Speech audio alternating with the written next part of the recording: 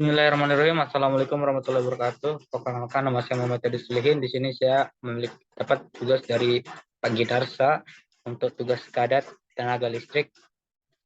Ya, di sini saya ingin menjelaskan tugas saya. Terbelakang, tingkat kemajuan peradaban manusia menuntut tersedianya prasarana dan sarana yang memadai dalam menunjang berbagai aktivitas yang dilakukan oleh umat manusia.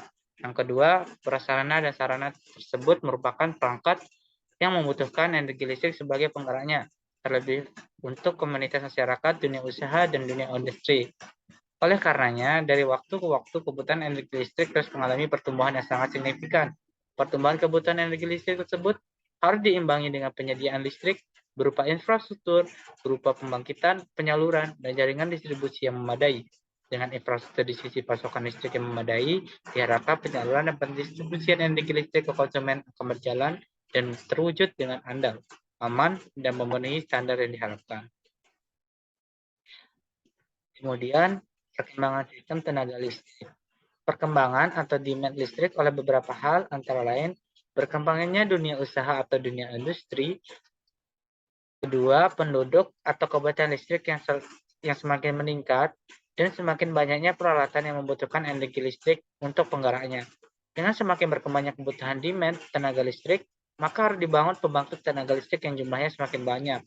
Dengan berproduksinya banyak pembangkit tenaga listrik, maka diperlukan pengontrolan yang lebih baik, yang tentunya dibarengi dengan kebutuhan tenaga operator yang semakin banyak, dan pastinya akan muncul berbagai wadah koordinasi pada sistem tenaga listrik.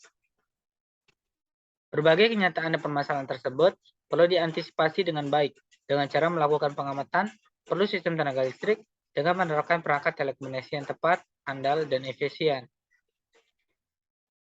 Sekarang kita masuk ke pengamat sistem. Pengamat sistem sangat diperlukan secara terus-menerus selama 24 jam sehari.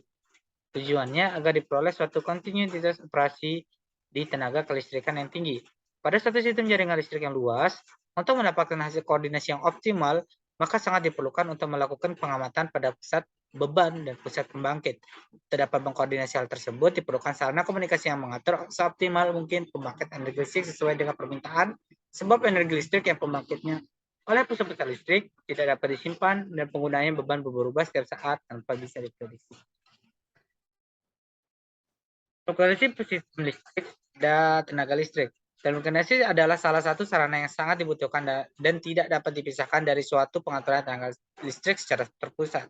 Sarana kalkulasi diperlukan untuk menerima informasi dan menyalurkan perintah dari dan ke pusat pembangkit tenaga dan kartu indik. Salah satu jenis peralatan telekomunikasi yang dipergunakan oleh PT PLN Persero untuk keperluan tersebut adalah Power Line Carrier atau PLC. Kita masuk sekarang ke pengertian SCADA. SCADA merupakan kependekan dari Supervisor Control and Data Acquisition. Sistem konfigurasi ini biasanya dipakai di lapangan produksi minyak dan gas. Maksud dari SCADA yaitu pengawasan, pengontrolan, dan pengumpulan data. Jaringan listrik tegangan tinggi dan tegangan menengah, power transmission and distribution, dan beberapa aplikasi sejenis di mana sistem dengan konfigurasi seperti ini dipakai untuk memonitor dan mengontrol area produksi pada tersebar di area yang cukup luas. Komponen SCADA, salah satunya suatu sistem SCADA terdiri dari sejumlah RTU atau Remote Terminal Unit, sebuah master station atau RCC, Region Control Center, dan telekomunikasi data antara RTU dan master station. Dalam komunikasi antara master station dengan terminal unit, RTU dilakukan melalui media yang berupa fiber optic, PLC, power carrier, atau radio. Dalam ini dikirimkan ke protokol tertentu biasanya tergantung vendor SCADA yang dipakai.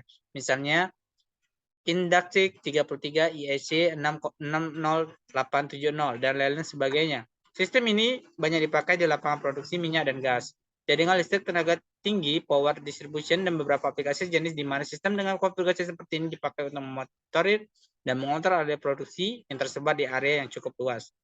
Istilah SCADA atau DCS, Distribution Control System, FCS, dan PLC, Programmable Logic Control, saat ini sudah menjadi agak kabur karena aplikasi yang disaling tumpang tindih. Walaupun demikian, kita masih bisa membedakan dari arsitekturnya yang serupa tapi tak sama. Mungkin itu aja untuk penjelasan sedikit tentang hal yang saya jelaskan tadi tentang PLC dan SCADA. pada sistem tenaga listrik. Terima kasih.